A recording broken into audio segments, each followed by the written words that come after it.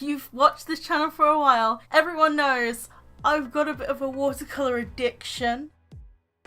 Hello guys, so this week's video is going to be a review of Arteza. Now Arteza kindly sent me some supplies of my choosing and I decided to test out the watercolor supplies because if you've watched this channel for a while, everyone knows I've got a bit of a watercolor addiction. So I wanted to see how well their watercolor would stack up, as well as their paper as well, because I've been into cold press watercolor paper recently, so I just thought that having some cold press would be really nice.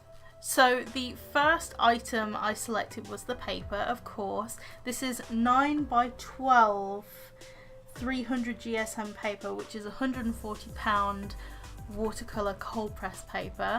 It comes in a set of 2, and if I'm remembering it correctly, I think it was £18.99. Obviously I'm from the UK, so I will put up the US prices as well. I will leave links to where you can get this stuff. The other Arteza products with a discount thrown in, because who doesn't like discounts? Another thing I got was the watercolors. Now I kind of wanted to test out their color range, and I kind of wanted to see what colors were in the 24 set, but the 12 set is good too. I don't mind having a 12 set, and also having a 12 set allows you to mix colors, so I'm definitely going to be testing the mixing of these. So next we're going to see what the watercolors look like on the inside. Okay, pull them out.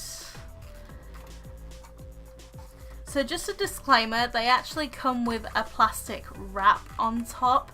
I'm filming this clip after I've done all the artwork. So the colours are titanium white, lemon yellow, yellow ochre, scarlet red, burnt sienna, crimson red, sap green, light green, cerulean blue, ultramarine blue, burnt umber, and noir.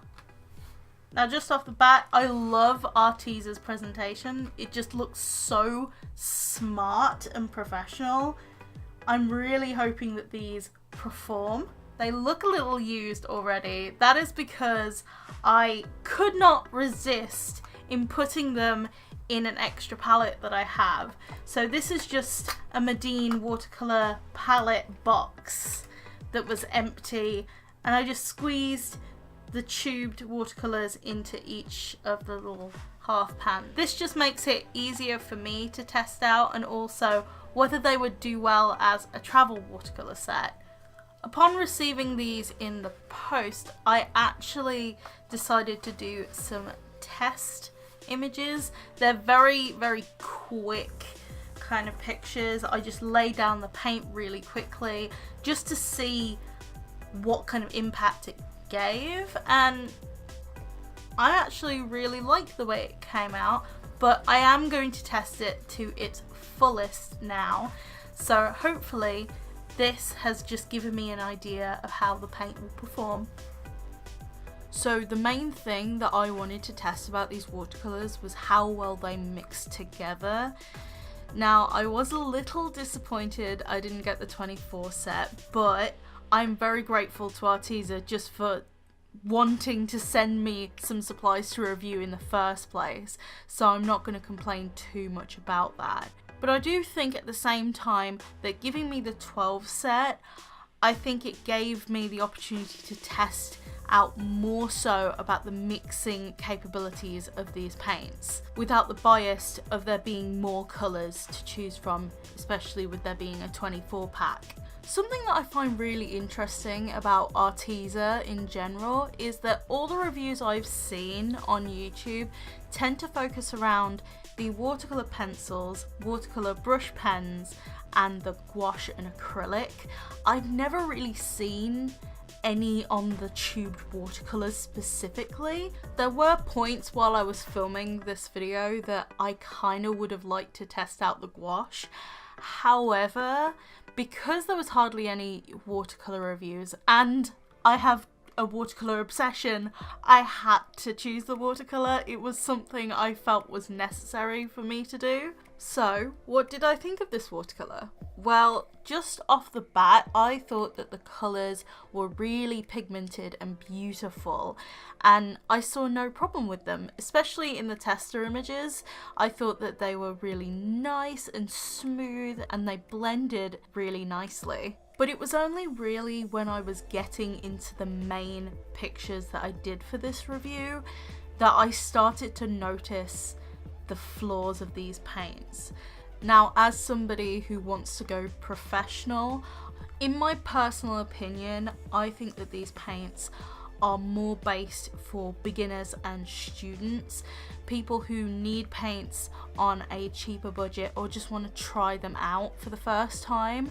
I think these are a great way as an introduction, but as a professional, I don't really see these in that light, especially with the way they lay down. It's just, it felt like I was fighting with these paints a little bit too much, especially when it came to layering. So they're good, but I wouldn't say they're for what I need them to be. But that doesn't mean they won't suit the purposes of anyone else. With this picture in particular, I really struggled with the reds. Now, the colours are really pretty, as I've said, but there's some colours in this palette that are so similar and have no differentiation. Now, in the tubes, the tube colour, it makes it look like the browns are very different from each other, but that is not the case at all. They are both really light, and that's a real disappointment because there's no contrast. And I think many artists, including myself, would say that dark brown is one of the most essential colours, especially when it comes to mixing hair and skin tones. From my personal experiences with 12 sets of watercolour, you make the most out of every colour you have, and if some colours are a bit flawed, then it really does put a dampener on the whole palette. Although the reds and browns were a letdown, I really do think that the blues and the greens and the yellows were some of my favourite colours in this palette to work with, and they were beautiful in the way they mixed. It's just a real shame that the reds and the browns let the team down, you know what I mean? I've spent all this time talking about the paints and the colours and everything about those. What about the paper? How did it fare? Well, I really enjoyed working on this paper. I actually found that both sides of the paper were kind of different to each other. There was one side that was slightly more smooth. The other side was more like a cold pressed watercolour paper, like the packaging suggests. I thought that it was a really nice watercolour paper. The only thing I had a problem with this paper is the fact that it's 9 by 12 and it doesn't fit in my scanner because I use international sizes. I use A4 normally, so it did feel a bit awkward, I'm not gonna lie. But that's not really an issue with the product itself, it's just an issue on my end that I have. So other than the watercolour, I do actually use other mediums on this particular paper. I decided to bring out my Gansai Tambi Gold watercolours and also my Copic markers just to see how they would fare, because I heard from Holly Brown, who's tested this paper, that she really liked the watercolor paper with markers. She thought it was really good, so I thought I would test it out, and I actually really enjoyed it. I can see where she's coming from when she says she's enjoying it, because it's great. This paper does really well for mixed media stuff, so 2 thumbs up from me. So now I'm going to talk about the images. All of the pictures that I've done for this video, including the testers, are for my OC Universe Marriner. So the first picture that I actually paint in this video that you can see a demo of is my character Pyra. Pyra is a fire princess whose hair can combust. The second picture is actually of a character that I recently just revived from what was the void of characters that I have. Her name's Amelia, and some people might already know of her character. I've had to change her up a bit since she was the basis of both Loki and Ruby. I know my friend Bryony wanted me to draw Amelia again, or just revive her as a character in general. Amelia was a character that I made on my 14th birthday, and I kept her as a main character that I used constantly to experiment with different themes until just before I started my channel.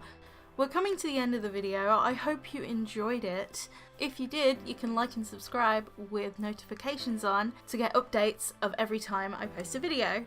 I will leave links down below to where you can actually buy these products with a discount code. And also, if I have any extra input about these watercolors, I will actually put it down below in a pinned comment. I did ask Arteza about the light fastness of these watercolors, but I haven't received a response at the moment of editing this video, so I will put it in that pinned comment as well. I will see you guys in my next video. Bye guys!